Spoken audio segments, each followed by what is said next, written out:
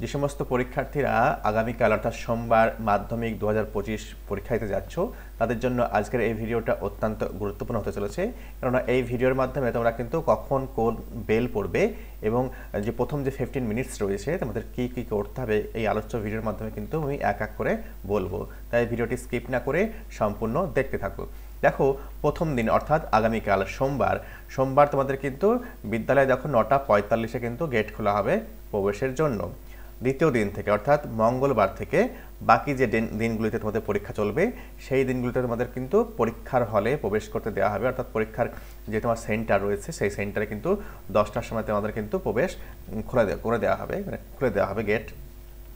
তারপর দেখো, সকাল 10:30 কিন্তু ওয়ার্নিং বেল পড়বে। দেখো, প্রতিদিন পড়বে এবং ইনভিজিলেটররাও কিন্তু পরীক্ষা হলে কিন্তু 10:30-এর মধ্যে কিন্তু পৌঁছে যাবেন। ওকে, দেখো 10:35 কিন্তু পরীক্ষার হলে কিন্তু প্রশ্নপত্র পৌঁছে যাবে এবং দেখো 10:40 পরীক্ষার যে প্রশ্নপত্র যে প্যাকেটস রয়েছে সেই প্যাকেটস কিন্তু খোলা হবে, পরীক্ষার্থীদের সামনেই খোলা হবে। দেখো, তোমাদের কিন্তু চিলিমিলির মধ্যে দেখবে তারপরে প্রথমে কাগজ থাকবে, তার উপরে দেখবে চিলিমিলির প্যাকেট থাকবে, ঠিক আছে, সেটা সিল করে দেওয়া থাকে। দেখো তোমাদের সামনেই কিন্তু সেগুলি খোলা হবে। ওকে, দেখো তৃতীয় ঘন্টা, দেখো 10:45 প্রশ্নপত্র পরীক্ষার্থীদের হাতে কিন্তু দেয়া হবে। ওকে, দেখো 10:45 থেকে কিন্তু দেখো তোমাদের কিন্তু তাহলে সময় থাকছে কত, 15 মিনিট কিন্তু হাতে সময় থাকছে প্রশ্নপত্র দেখে নেওয়ার পড়ার জন্য। আর দেখো তোমাদের যে উত্তরপত্র, যেখানে তোমাদের প্রশ্নের উত্তর লিখতে হবে অর্থাৎ যে খাতাটা, সেই খাতাটা তোমার দেওয়া হবে 10:55, ঠিক আছে। দেখো এই যে তাহলে তোমার 10 মিনিট কিন্তু পরীক্ষার যে কোশ্চেনটা কিন্তু তুমি আগে পাচ্ছ। তাহলে কি এই 10 মিনিট কিন্তু পরীক্ষার প্রশ্ন কিন্তু খুব সুন্দরভাবে প্রতিটা পেজ উল্টে দেখে নেবে কোনো প্রশ্ন আছে কিনা, বা হয়তো তোমার অনেক সময় হেজি প্রিন্টেড থাকে, সেটা প্রতিটা পেজ উল্টে দেখে নেবে যে ঠিকঠাক প্রিন্ট রয়েছে কিনা, প্রতিটা পেজের পৃষ্ঠা নাম্বার দেখে নেবে। আর এই প্রসঙ্গে বলে রাখবো, যে সমস্ত পরীক্ষার্থী বাংলা পরীক্ষা দেবে, বাংলা এবং ইংরেজির জন্য কিন্তু কোনো সমস্যা হবে না। দেখবা অন্যান্য দিনগুলিতে কিন্তু বেশ কয়েকটা ল্যাঙ্গুয়েজে কিন্তু লেখা থাকে। যেহেতু তোমরা বাংলা মাধ্যমে পরীক্ষা দেবে তাই কিন্তু শুধুমাত্র তোমাদের বাংলা মাধ্যমে যে প্রশ্নের যে পেজগুলি রয়েছে সেগুলি কিন্তু ঠিকঠাকভাবে আছে কিনা, অর্থাৎ 1 2 3 4 এইভাবে রয়েছে কিনা এবং কোশ্চেনের মানে তোমার সঠিকভাবে বোঝা যাচ্ছে কিনা, লিজিবল কিনা, সেটা কিন্তু পরপর পৃষ্ঠা কিন্তু দেখে নেবে, ঠিক আছে। দেখবা খাতা পাওয়ার পর দেখবা 10টা বেজে তোমার কি দেওয়া আছে, 55 কিন্তু তোমাকে খাতা দেওয়া হচ্ছে। খাতা পাওয়ার পর কিন্তু তোমার প্রথম কাজ কি হবে, তো খাতার যে প্রতিটা পৃষ্ঠা সেই পৃষ্ঠাগুলি সঠিক রয়েছে কিনা, কোথাও ছেঁড়া রয়েছে কিনা, ঠিক আছে, বা কোথাও হয়তো অনেক সময় কি হয় না, তো অর্ধেক তোমার অনেক সময় লালচে ভাব থাকে অনেক সময় পেজে, ঠিক আছে, অনেক পুরনো পেজ হয়ে গেলে সেক্ষেত্রে কিন্তু অনেক সময় কিন্তু সমস্যা হতে পারে। তাই প্রতিটা পৃষ্ঠা কিন্তু উল্টে তোমার কিন্তু দেখে নেওয়া হবে। তাহলে প্রথম কাজ কি হবে, কোশ্চেন পাওয়ার সময় প্রতিটা পেজ উল্টে দেখে নেবা সব ঠিকঠাক আছে কিনা। খাতা পাওয়ার পরও কিন্তু একই কাজ করতে হবে, খাতাটা সঠিকভাবে রয়েছে কিনা। ওকে, যদি তোমার প্রথমেই ধরা পড়ে, ধরো অর্ধেক লিখে ফেললো, তারপরে হয়তো দেখতে পাচ্ছ ভেতরে কিন্তু ছেঁড়া রয়েছে, তাহলে সেক্ষেত্রে কিন্তু উত্তরপত্র কিন্তু আর পরিবর্তন করা কিন্তু সময় থাকবে না, বা সময় পেলেও কিন্তু তোমার কিন্তু খুব একটা লাভ হবে না, ঠিক আছে। তা কিন্তু যা করতে হবে একদম প্রথমেই করতে হবে। তা দেখো 10:55 তোমার কিন্তু প্রশ্নপত্র কিন্তু পাওয়া হবে, তুমি কিন্তু উত্তরপত্র পাবে। দেখো উত্তরপত্রটা কিন্তু এইরকম হবে, ঠিক আছে। দেখো প্রথমে কি লিখবে, তুমি সাবজেক্ট, যে পরীক্ষা দিতে যাচ্ছ যে সাবজেক্ট সেই সাবজেক্ট কিন্তু লিখবে এখানে। তারপরে কিন্তু নেক্সট তোমার নাম লিখবে, দেখবে অ্যাডমিট কার্ডে যে স্পেলিং রয়েছে নামের সেই স্পেলিং অনুযায়ী কিন্তু লিখবে। তারপরে দেখো রোল এবং নাম্বার, দেখো রোলের পরে কিন্তু নাম্বার একটা থাকবে, ঠিক আছে, নাম্বারের একটা আলাদা সংখ্যা থাকে। তো যেমনভাবে তোমাদের লেখা থাকবে অ্যাজ ইট ইজ অ্যাডমিট কার্ডে মতোই কিন্তু লিখতে হবে। দেখো রোল লিখতে হবে, তারপরে নাম্বারের পরে কিন্তু সংখ্যা লিখতে হবে।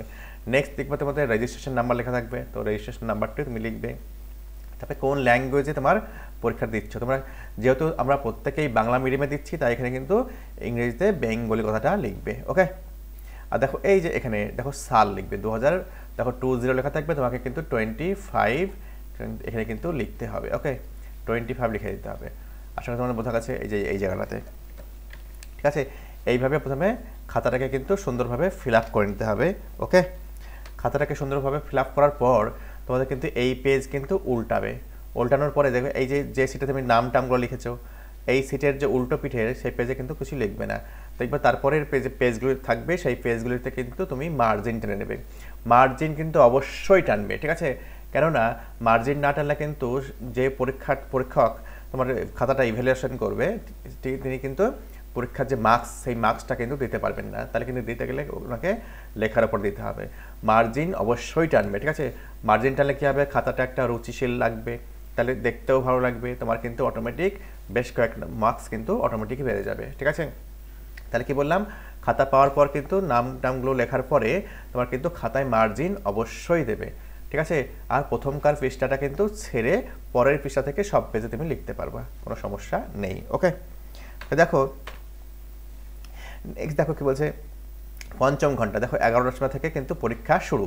ওকে, দেখো 11টা থেকে দেখো 12টায় একটি বেল পড়বে, একটা বেজে দুপুরে 1টার সময় একটা বেল, দুটি বেল পড়বে, যেহেতু 2 ঘন্টার হয়ে যাবে। দেখো 1:45-এ কিন্তু ওয়ার্নিং বেল পড়বে এবং 1:55 লাস্ট ওয়ার্নিং বেল পড়বে, দুটোই কিন্তু পরীক্ষা শেষ হয়ে যাবে, ঠিক আছে? দেখবা তোমরা কিন্তু যতক্ষণ না পর্যন্ত ইনভিজিলেশনের দায়িত্বে যে টিচাররা থাকবেন তারা প্রশ্নপত্র তোমার নেবে না, কিন্তু উত্তরপত্র নিয়ে নেবে, উত্তরপত্র কালেক্ট করছে, ততক্ষণ পর্যন্ত তোমাদের একটু সিটেই কিন্তু বসে থাকবে, ঠিক আছে? যতক্ষণ না পর্যন্ত তোমার পরীক্ষা হলে ইনভিজিলেশনের দায়িত্বে থাকা বা ভারপ্রাপ্ত যে সমস্ত স্যাররা থাকবেন তারা তোমাদের যেতে বলছেন বা ঘর ত্যাগ করতে বলছেন, ততক্ষণ পর্যন্ত কিন্তু ঘরেই থাকবে, ঠিক আছে? ওনারা কালেক্ট করে নেওয়ার পরে দেখবা তোমার রোল ওয়াইজ কিন্তু সিকোয়েন্স ওয়াইজ সাজিয়ে নেবে, তারপরে কিন্তু গুনার ব্যাপার থাকে, কাউন্টিংয়ের একটা ব্যাপার থাকে, হয়তো কোনো কারণবশত হয়তো কোনো ছেলে হয়তো দিল না, সেক্ষেত্রে কিন্তু অনেক সমস্যা হয়ে যেতে পারে, ঠিক আছে? তাই কিন্তু তোমরা কিন্তু যতক্ষণ না পর্যন্ত তোমাদের ঘর ত্যাগ করতে বলছে তোমরা কিন্তু ঘরেই থাকবে, ঠিক আছে? আর দেখবা এই যে নিয়ম, এই নিয়মগুলি তোমরা মেনে চলো, ফলো আপ করো। আর হ্যাঁ, প্রথম পরীক্ষার যে 15 মিনিট, দেখো আমাদের একটা ইংরেজিতে কথা রয়েছে, মর্নিং সোজ দ্য ডে। দেখো প্রথম 15 মিনিটে এমন কিছু কার্যকলাপ করবে না। দেখো 15 মিনিট আগে কিন্তু তোমাকে কিন্তু প্রশ্নপত্র দেওয়া হবে, ঠিক আছে? দেখো প্রশ্নপত্র দেওয়ার পর প্রতিটা পেজ তো তুমি উল্টে উল্টে দেখবেই সঠিক পেজ সিকোয়েন্স অনুযায়ী রয়েছে কিনা, সঙ্গে তুমি কোনগুলো তুমি অ্যাটেম্প্ট করবে, ঠিক আছে? সেগুলি কিন্তু তুমি দাগিয়ে নিতে পারো, রুল পেন্সিলে দাগাবে, পেন দিয়ে কিন্তু দাগাবে না, কোশ্চেনে কিন্তু কিছু লেখা যায় না, ঠিক আছে? আর এই প্রসঙ্গে বলবো কোনো রকমের কিন্তু ডিজিটাল ঘড়ি কিন্তু পড়ে যাবে না, ঠিক আছে? তোমরা কিন্তু অ্যানালগ ঘড়ি পড়ে যাবে, কোনো ইলেকট্রনিক্স গ্যাজেট নিয়ে যাবে না, কিন্তু অ্যালাউ করবে না, ঠিক আছে? যদি বাই চান্স তোমাদেরকে ইন পজিশনে পাওয়া যায় তাহলে কিন্তু পরীক্ষা কিন্তু ক্যান্সেল করে দেবে, ঠিক আছে? তাই কিন্তু এই বিষয়ে কিন্তু অবশ্যই সতর্ক হয়ে যাও। আর কি, বেশ কয়েকটা পেন নিয়ে যাও, সঙ্গে নিয়ে যাবে জ্যামিতি বক্স নিয়ে যাও, একটা রুল পেন্সিল নিয়ে যাও, ইরেজার নিয়ে যাও, শার্পনার নিয়ে যাও, আর নিয়ে যাবে একটা স্কেল, ঠিক আছে?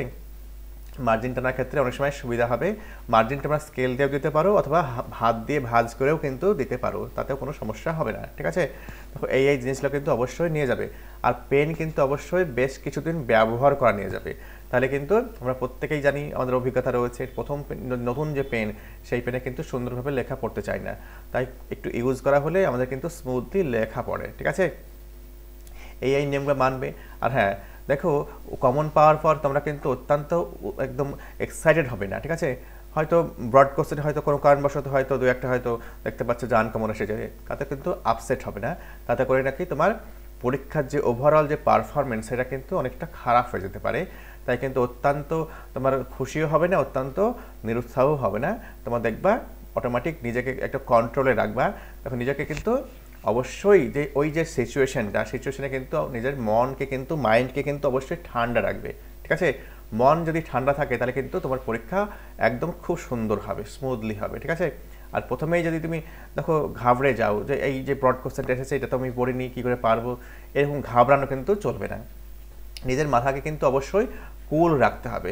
দেখো ঠান্ডা মস্তিষ্কে কিন্তু আমরা কিন্তু ভবতরে কিন্তু যে কোনো মানে একদম অনায়াসেই কিন্তু আমরা পার করতে পারবো, তার জন্য কোনো চিন্তার কোনো কারণ নেই। তোমরা খুব সুন্দরভাবে যাও, তোমাদের প্রত্যেকের জন্য শুভকামনা রইল, পরীক্ষা অবশ্যই ভালো হবে। ভালো থেকো, সুস্থ থেকো, ভালোভাবে পরীক্ষা দিয়ে ফেরো, ঠিক আছে? কমেন্টে জানিও পরীক্ষা কেমন হলো।